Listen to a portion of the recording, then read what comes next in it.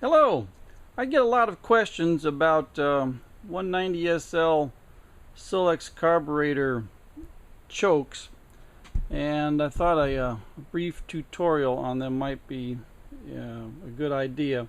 They're one of the more frustrating parts of the carburetors. A lot of things working at one time, and lots of ways for things to mess up.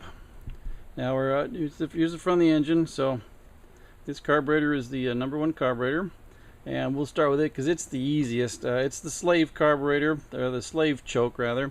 It does what the number two carburetor tells it to do.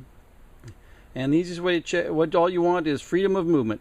So you're going to put, as you raise your choke lever, make sure that your butterfly closes. And you got this little small helper spring right here that's doing that for you. And what you can do to further check this is to raise the lever up about this position and simply flip your butterfly. Make sure it returns and it's loose. Problems with these things, of course, are the shafts are very long and have a tendency to warp. You've got a big slot in here that's been machined out, and then you've got screw holes that have been machined out, so you really got just a very thin amount of material right here. And these have a tendency to warp and allow these, also the butterfly can shift in position. And then, of course, it's sitting in three different bearing surfaces.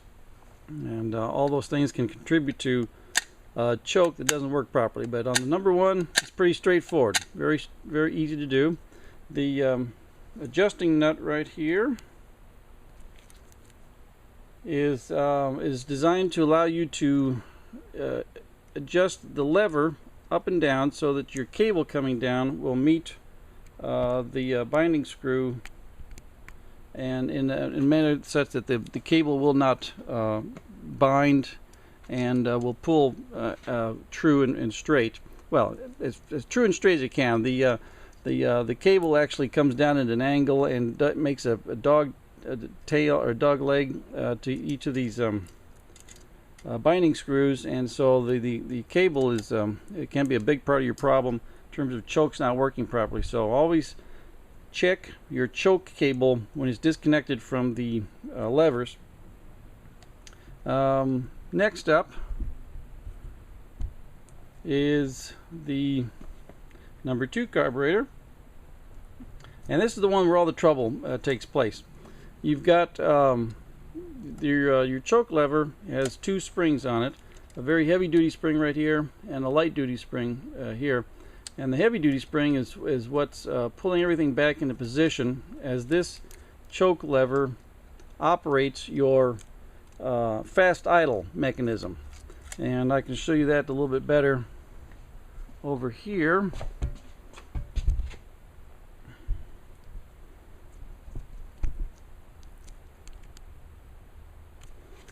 Alright, what you're doing when you're moving this choke lever is you've got this half moon or D-shaped lever plate that's actuating your lever that goes back to your butterfly, and this is your fast idle. And problems that can happen is that this can actually come out of its slot so that you're not operating anything, or it could be binding it. You could have dents, indentations, or ridges right here, so you don't get smooth operation. So a little drop of oil would be acceptable right there.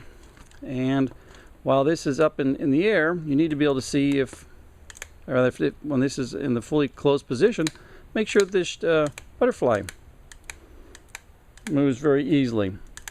Again, the problems you're having are, the problems that can occur are due to the fact that you've got the throttle shaft is going through three bearing surfaces, and this one is a push-in brass bushing, which can be a problem if it binds, if it doesn't push in straight. Obviously, the butterfly could shift in position. You want to make sure that your butterfly makes good contact all around there. And again, when you have your lever in the up position, just want to make sure that the butterfly is returned back to the closed position by this small helper spring right here. we're working right now. I'm holding pressure against this large spring, and then the smaller helper spring is what's activating the butterfly itself. Problems that can occur is again, if these levers come off, they're up against the shoulder, and that shoulder's got to have clearance here, and you've got a multiple set up here where you've got your nut lock tab, you've got this lever right here, you've got a spring, the small helper spring. Underneath there is the bushing, and this lever right here is riding on the bushing, and then you get your big spring right here, and of course a little drop of oil in there wouldn't be a bad idea. But that's the basic operation of the chokes. You want them to close completely, or as completely as possible, and then to release just like that. Hope that helps.